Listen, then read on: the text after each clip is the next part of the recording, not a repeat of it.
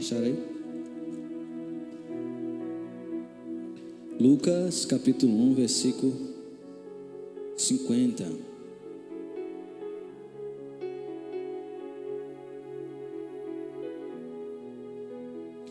Diz assim: a sua misericórdia vai de geração em geração sobre os que o temem.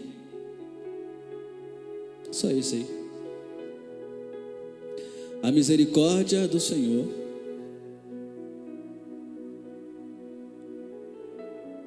ela vem sobre a geração que teme ao Senhor. A sua misericórdia vai de geração em geração sobre os que o temem. Graças a Deus que a palavra de Deus ela nos fortalece, a palavra de Deus ela nos sustenta. A palavra de Deus ela é o remédio que precisamos. A palavra de Deus ela é tudo, ela nos conforta, ela nos direciona. E aqui a Bíblia está falando sobre geração. Uma geração vai, outra geração vem. E nos tempos de hoje que as gerações elas são mais curtas a se encontrarem, então existe um grande conflito de geração. Mas por outro lado também há uma coisa interessante sobre a geração, é que os ensinamentos não serão perdidos. Os jovens de 80 são os adultos de hoje. Os adultos de hoje estão criando a próxima geração. Então virá uma geração aí meio complicadinha aí no meio aí, mas também terá junto a geração que foi educada pela geração dos anos 80, anos 90, 2000. Então a gente percebe que sempre haverá esse conflito de geração. E aqui Maria está dizendo que a sua misericórdia vai de geração sobre os que o temem. Porque esse texto que embora acabamos de ler, trata-se do cântico de Maria. A partir do momento em que ela recebe a notícia que foi agraciada, que ela foi escolhida por Deus para trazer o seu filho a este mundo. E o que eu acho interessante é que na geração de Maria havia corrupção, na geração de Maria havia um distanciamento de muitos da presença de Deus. Na geração de Maria tinha tudo que tem na nossa época, tudo se imaginar, porque a Bíblia diz que nada é novo debaixo do céu. Tudo se repete, sabe? Inclusive a iniquidade, inclusive a violência, inclusive todo tipo de coisa se repetem. Mas no meio dessa geração tão assim perdida, porque a geração estava perdida, um conflito político, sabe? Problemas internos. Imagine uma geração, uma nação que era dominada por outra geração e vivia aqueles conflitos de interesse, conflito religioso, todo tipo de conflito. Era uma geração em qual para as mulheres era muito mais complicada que o dia de hoje. Hoje é fácil, mesmo sabemos da dificuldade que as mulheres enfrentam, mas naquela época era pior ainda. Então o Espírito Santo de Deus encontra Maria nessa geração perdida. E no capítulo 46 diz: então Maria disse: a minha alma engrandece ao Senhor, o meu espírito se alegrou em Deus, o meu Salvador, porque Ele atentou para a humildade da tua serva. Deus Ele está atento à humildade de cada um de nós. Basta estarmos na posição, basta estarmos, sabe, buscando a presença de Deus, buscando viver o Evangelho, que Deus está com os olhos atentos em mim e você. Então ela chega a dizer que a misericórdia, o texto que nós lemos, está sobre a geração, sobre os que eu teme. Versículo 51 diz: agiu com o seu braço valorosamente, dispersou os que no coração alimentavam pensamentos soberbos, derrubou dos seus tronos os poderosos, exaltou os humildes, encheu de bens os famintos e despediu vazio os ricos. Amparou Israel, seu servo, a fim de lembrar-se da sua misericórdia, a favor de Abraão e de sua descendência para sempre, como havia prometido aos nossos pais. Maria permaneceu cerca de 3 meses com Isabel e voltou para casa. Aqui é logo o início, né? O início da salvação dessa geração. Naquele tempo, Deus olhou para Maria, embora eu acho que pelo conflito, às vezes, que tem de entendimento sobre a palavra da igreja católica e a igreja cristã reformada, é que ele evita muitas das vezes até de ler textos como esse, parece que fica parecendo que a gente está numa igreja católica, apostólica, romana. Mas algo é inegável: Maria foi uma mulher especial, a nossa irmã, que ela se posicionou em meio a uma geração corrupta, destruída. Ela se manteve santa e pura, e ainda crendo nas promessas de Deus, porque ela diz assim como prometeu a Abraão. Olha que até chegar em Maria, várias gerações e gerações se passaram, mas ela continuava firme na promessa, porque os pais passaram para ela e ela acreditou, esperava no Deus. Por isso que ela disse: a minha alma engrandece ao Senhor, e o meu espírito se alegrou em Deus, o meu Salvador. Marias existem várias aí, assim, mulheres, homens que ouvem a palavra de Deus assim: olha, Deus, eis-me aqui. A postura de Maria é uma postura de pessoas que entenderam o Evangelho, assim como um dia também Josué entendeu, eis-me aqui. Assim como um dia também José entendeu, eis-me aqui. Assim como Isaac, Jacó, Abraão, Moisés, Josué, né? Todos esses homens entenderam o chamado, disse: eis-me aqui.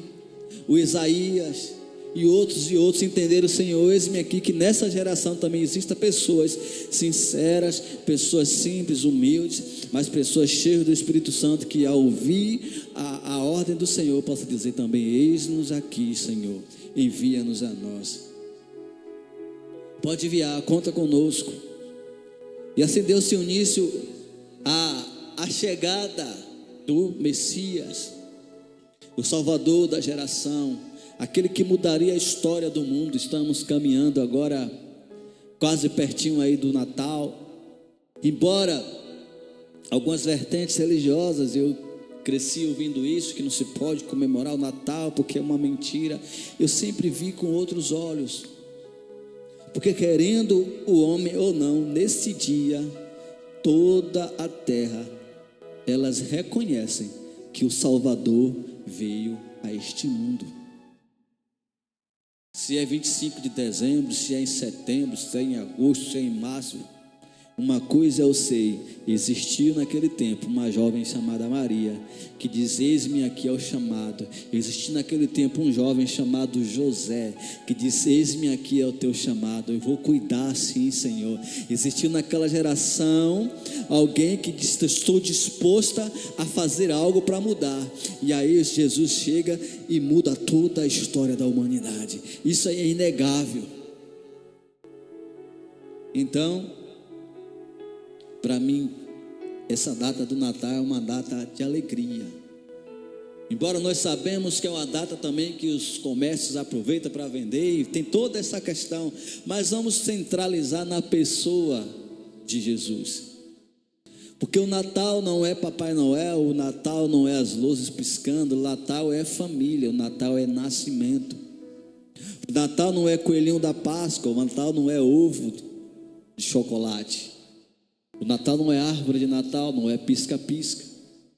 Mas a essência do Natal é Jesus Cristo. Jesus veio a este mundo que havia trevas, a luz brilhou, o Verbo se fez carne e habitou entre nós, e nos deu a oportunidade de sermos salvos por meio dele, porque por ele e para ele são todas as coisas. Todo o poder foi dado a Jesus Cristo nos céus e na terra, e através deste nome todo o mundo recebeu o poder de ser salvo. E aqueles que ainda dão um passo a mais, aqueles que avançam um pouco mais na intimidade com Cristo, que o recebe como único e suficiente Salvador, ainda ganham um presente. É o presente de serem chamados de filho de Deus. O que eu acho interessante aqui,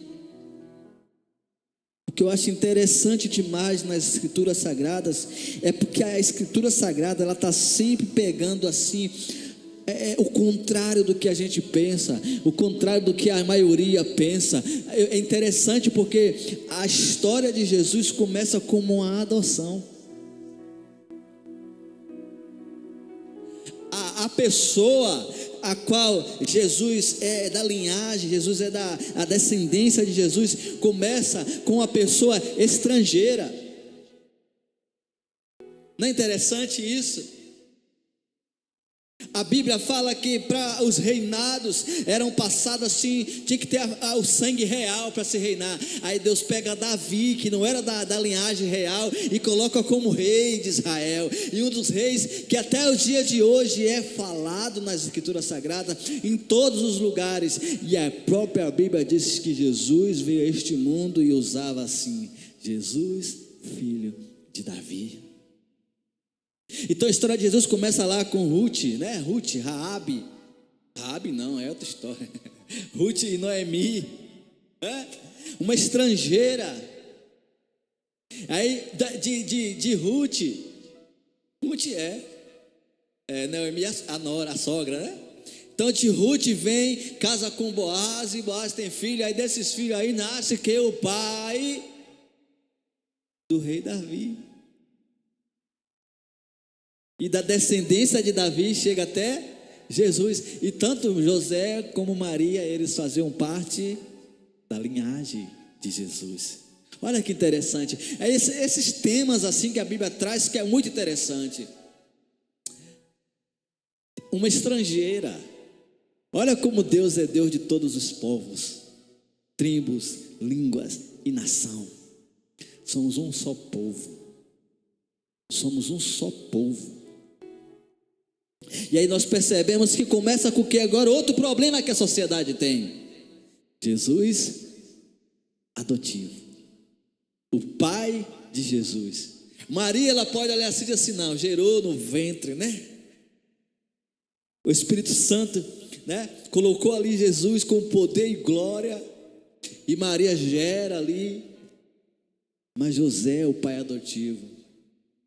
Que interessante. E aí a salvação vem também através da adoção. Todo aquele que via até Jesus e o confessar como seu único e suficiente Salvador, reconhecer a sua grandeza, também receberá o poder de ser filhos de Deus. Adoção. Aí a adoção ainda tem a questão: quando alguém é adotado e recebe o nome da família, também passa a ter direito à herança, aos bens, tudo que aquele filho de sangue desfruta, o filho adotivo também tem o mesmo direito. E Jesus, o próprio Jesus disse: Pai, seja feita a tua vontade, eu quero dividir o que eu tenho com eles. Não é interessante isso? Eu era uma pessoa meio, eu não sei se a palavra é cético, não sei o que essa palavra, tem que dar uma pesquisada. Eu era assim, meio assim, com a questão de adoção, cético, né? Sobre adoção, sobre a pessoa viver com alguém que não é filho de sangue, eu tinha essas coisas. E cada passo que dá, eu fico observando como tem pessoas incríveis deste mundo, que conseguem amar um ser humano, que não saiu de dentro de você. Eu vivi isso lá em casa. Eu vivi isso também, mesmo sem entender, na minha criação. Eu fui criado, né? Eu fui... a pessoa que me criou, a minha tia, que eu chamo de tia, que me criou também, né? Sem ser de sangue, mas me protegeu, me guardou do jeitinho dela, mas ela cumpriu a missão. E aí vem todo esse processo. E aí hoje, a semana eu fui pegar a sandália, né? Falei assim: eu quero a sandália que meu filho me deu. Ou seja, eu estava falando de Lipe, que já veio aqui para já era rapazinho já, mas eu tenho um amor grande por ele, o meu filho. Então, de fato, a Bíblia vem quebrando todas essas questões que a sociedade rejeita, porque Jesus ele não fez aqui na terra aquilo que os homens queriam que ele fizesse. Jesus agiu diferente, porque ele amou, ele deu voz a quem não tinha. É por isso que o tempo todo Maria ela cita aqui que ele abateu o soberbo, que ele deu ao que ele não tinha e dispensou os ricos sem nada. Aqui ela não está fazendo uma questão de problema social, de rico e de pobre. Ela está dizendo que Deus está observando os homens maus da terra, né? E os homens bons. Isso não tem a ver com o dinheiro, não, porque tem muitas pessoas ricas aí que têm dinheiro, que não trata as pessoas como lixo, como seres, como uma pessoa descartável, né? Mas também existem pobres também que não têm dinheiro e trata as pessoas da mesma forma, com desprezo, sabe? Então não tem a ver com poder aquisitivo, tem a ver com uma classe de pessoas que usa do poder que tem, muitas das vezes nem tem esse poder para humilhar as pessoas, e Deus está olhando. De fato, as pessoas que têm mais dinheiro, elas se acham superior a outro, mas não se trata de uma guerra social, se trata de uma consciência que Deus ele está observando. Ele veio para aqueles que não têm condição, para ajudá-los. Então a Bíblia ela está repleta de proteções especiais, quando ela diz que precisamos cuidar dos órfãos, das viúvas, que precisamos cuidar da criança, porque delas é o reino de Deus. Então, portanto, o Natal é um momento familiar, e nesse momento familiar está incluso a família, todos quanto nós amamos, não tem agora grau parentesco, é a família. Então, numa geração perdida, a nossa irmã Maria, que também aguarda, esta é a diferença da gente, né, dos cristãos para o católico romano. É porque nós entendemos a importância da irmã Maria, mas nós entendemos também que ela não é a mediadora entre Deus e o homem. Quem faz a ligação entre Deus e o homem é Jesus Cristo, porque ele disse em João 14 que eu sou o caminho, a verdade e a vida, e ninguém vem, porque vem, que está se referindo a ele mesmo. Ele poder falar, ninguém vai ao Pai, ninguém vem ao Pai, a não ser por mim, porque ele é ao mesmo tempo, ele é o Pai, ele é o Filho, é a Trindade, Deus Pai, Deus Filho, Deus Espírito Santo, são três, né? Então, essa é a diferença. Nós percebemos que no primeiro milagre de Jesus, ele estava naquela festa, e Maria, me parece que Maria tinha muita intimidade com as pessoas da casa, a ponto de a pessoa questionar ela, né, que o vinho acabou, olha só. Então era alguém assim, que tinha alguma ligação ali, e aí ela procura Jesus. Aí Jesus chega para ela, o que é que eu tenho eu contigo, mulher? E era interessante a forma de Jesus falar com a mãe, né? Mulher. Sabe o que eu estava pensando nisso aí? Que a Bíblia diz que lá atrás, lá no jardim do Éden, lá, a serpente enganou quem? A mulher. Por que a Bíblia não fala que a serpente enganou Eva? Enganou a mulher. Aí ele chega, a Bíblia fala assim, ó, da barriga da mulher nascerá aquele que esmagará a sua cabeça, Satanás. Eu acho interessante isso, essa ligação. Aí Jesus olha para a mulher, dando assim uma lembrança para ela, eu estou aqui. Mas fala, o que tenho eu contigo, mulher? Ainda não é chegado o momento, a minha hora. Aí Maria olha para ele e diz assim, olha, faça tudo quanto ele disser. A mãe conhece o filho. Ela sabia que aquela resposta de Jesus significava que ele ia fazer alguma coisa, né? O olhar, a mãe já sabe. Aí ela sai assim, para quem estava de longe, epa, não entendi nada. Quantas das vezes, às vezes, Lipe fazer alguma coisa com o Dai, dizer que não certo, é diferente. Às vezes Raquel estava com algumas coisas doidas, eu falei, Dai, não é assim, Raquel está com isso, porque a gente conhece. Quem está mais perto, imagine a mãe, eu sou o pai, imagine a mãe, que está desde criancinha carregando, vendo todas as presepadas. Porque às vezes as pessoas acham que Jesus nasceu todo. Jesus foi criança, Jesus foi bebê, Jesus cresceu, Maria viu os primeiros passos, Jesus fez tudo que uma criança normal faz. Todas as mães, as bias, se chorava pouco, se chorava muito, todo esse processo Jesus passou, porque Jesus começou a pregar aos seus 30 anos.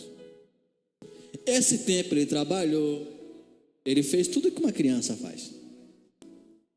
Ele precisou ser protegido, porque Herodes queria matá-lo, várias pessoas queriam matar ele, precisou ser protegido.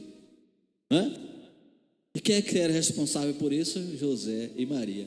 O interessante é que a Bíblia não fala nem quando foi que José morreu. Provavelmente, quando Jesus começou seu ministério, lá pelo meio assim, José nem vivo mais estava. A Bíblia não relata. Uma pessoa que teve tanta importância na vida de Jesus, E a Bíblia deixa de falar dele, simplesmente. Mas ele era um pai de excelência. Ele ensinou Jesus a escrever, ele ensinou Jesus a ler, ele ensinou a Jesus a ser um homem honesto, ele ensinou Jesus a trabalhar como carpinteiro, ele ensinou profissão, ele foi um pai exemplar, ele ensinava as coisas para Jesus, ele foi um pai verdadeiro, ele sabia que Jesus era fruto do Espírito Santo, mas ele o amou como um pai. E a história termina, a história dele nem fala o que aconteceu com ele. E Jesus olha para ela, eu não tenho o que tem a ver contigo agora, mulher. Na chegada do meu tempo, ela sai de faça tudo quanto o mestre mandar, tudo que ele mandar você fazer, você faz. Então nós entendemos aqui que até Maria disse, faça tudo que o mestre mandar, eu não mando em nada, faça tudo. Então nós entendemos também que ela estará aguardando também, ela não está lá no céu, à direita. A Bíblia diz que quem está à direita do Pai é Jesus. Ele morreu, ressuscitou o terceiro dia, ascendeu-se ao céu e está sentado à direita do Pai. E recebeu um nome que é acima de todo o nome. Então, do lado de Jesus não tem Maria. Do lado de Deus não tem Maria. Tem Jesus. Agora Maria, ela já está com a passagem tudo garantida. Ela cumpriu a sua missão e ela está aguardando, ansiosa, para rever Jesus, para ver Deus, assim como eu e você. Temos muito respeito, assim como temos pelo apóstolo Paulo, assim como temos pelo apóstolo Pedro, pelos apóstolos, assim como temos por Abraão, Isaac, Jacó, Davi, todos os homens que lutaram antes de nós. Temos a mesma consideração e respeito, porque cada um tem a sua parte na história. E nessa geração, que eu e você possa também fazer a nossa parte, para que a posteridade, se assim Jesus não voltar, que a geração que vem pós a gente, também possa olhar e dizer, ali é um homem de Deus, aquela pessoa ali contribuiu por algo pelo Evangelho, aquele contribuiu por algo pelo Evangelho, assim como pessoas, pastores que já passaram antes de nós, que também nós falamos até o dia de hoje, falamos muito sobre Oséias, pastor Oséias, que construiu igrejas, que pregou o Evangelho, que ganhou muitas almas para Jesus, e hoje descansa no Senhor, guardou, encerrou a carreira e guardou a fé. É bonito. O que é que vão falar?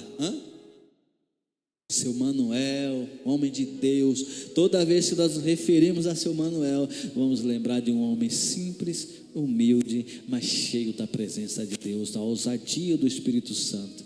Isso é bom. Assim como um dia Enoque sumiu, as pessoas disseram, epa, do jeito que ele vivia, só pode ter sido levado por Deus.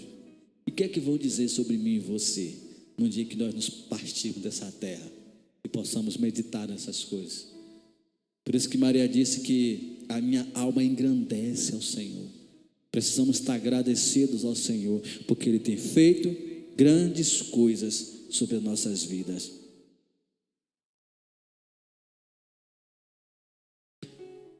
E que a Assim como um dia o nascimento de Jesus foi anunciado, a sua volta também é anunciada. O nascimento de Jesus foi anunciado pelo profeta Isaías, porque um menino vos nasceu, um filho se vos deu, e seu nome será eterno, né? Emanuel, Deus conosco. Ele virá para enxugar dos olhos toda lágrima daqueles que choram. Ele virá para trazer alegria no lugar de pranto, para tirar da cadeia que estão cativos, tá? Para trazer um ânimo, para trazer uma alegria, uma luz a este mundo. Jesus veio, e da mesma forma que ele veio, ele ressuscitou após a morte, foi ao céu e nos fez outra promessa, que ele voltaria para nos buscar, e que quando ele voltar, que ele possa nos achar firmes, cumprindo a missão. Qual missão? Ide por todo o mundo e pregar o evangelho a toda criatura, batizando-os em nome do Pai, do Filho e do Espírito Santo, ensinando a eles tudo aquilo que eu já vos ensinei. E para que eu e você não esqueça do que ele nos ensinou, ele deixa uma outra pessoa, um outro Deus muito especial para nós, que é o Espírito Santo. Ele disse: olha, não vos deixarei órfão, eu preciso ir para que ele venha, porque agora é o tempo dele aqui. O Espírito Santo, qual o mundo não pode recebê-lo, mas vocês receberão. Amém? E hoje o Espírito Santo se encontra aqui neste lugar, o Espírito Santo se encontra dentro de você, e além de tudo, de presente, você recebe a salvação e o direito de ser feitos filhos de Deus. Amem uns aos outros como Cristo vos amou. Ame uns aos outros como Cristo nos amou. Proteja a sua família, proteja a sua casa, e que nesse Natal, não importa o dia, mas o importante é que o Salvador nasceu, e através de pessoas que estavam dispostas a cumprir o chamado, ele veio a este mundo. E também através de pessoas nesta geração, que possamos dar continuidade ao seu legado, à sua história e à sua mensagem, porque a Bíblia nos conta a mensagem da cruz. A pregação mais importante que a Bíblia traz é a mensagem da cruz. Sim, eu amo a mensagem da cruz. É a mensagem mais importante que o mundo precisa ouvir, é a mensagem da cruz. Qual é a mensagem da cruz? É contar a história de Jesus, o seu nascimento, a sua caminhada, a sua morte, a sua ressurreição e o local onde ele se encontra hoje e a volta dele para buscar a sua igreja. Esta foi a mensagem que Pedro pregou no dia do Pentecostes, e que mais de 3.000 almas se converteram. A mensagem da cruz é a mensagem do amor. O Natal, ele representa a família, o amor, o recomeço, o início, o meio e o fim. E tudo aponta para Jesus Cristo. Vamos colocar de pé. Deus, eu te agradeço por esta palavra, e que o nosso coração se alegra também em Ti, porque o Senhor era o nosso Salvador, porque o Senhor é o nosso ajudador, porque o Senhor não nos desampara. Dá-nos uma semana abençoada, protege-nos, livra-nos de todo o mal, livra do ladrão, do salteador, que toda a espécie de armadilha forjada contra nós não prosperará. Eu abençoo em nome de Jesus a nossa família, os nossos filhos, tudo que nos cerca, tudo que o Senhor nos deu, que esteja guardado debaixo da Tua potente mão. Está findando o ano, e se o Senhor achar graça em nós, estaremos aqui firmes no propósito do ide e da pregação do Evangelho. Leva-nos em paz e em segurança, em nome de Jesus, e que o amor de Deus Pai e a graça do nosso Senhor Jesus Cristo, que a comunhão consolação e a comunhão do Espírito Santo de Deus recaia sobre a sua vida agora e sempre, até o dia que você viver. E você diz amém. Está encerrado em nome de Jesus.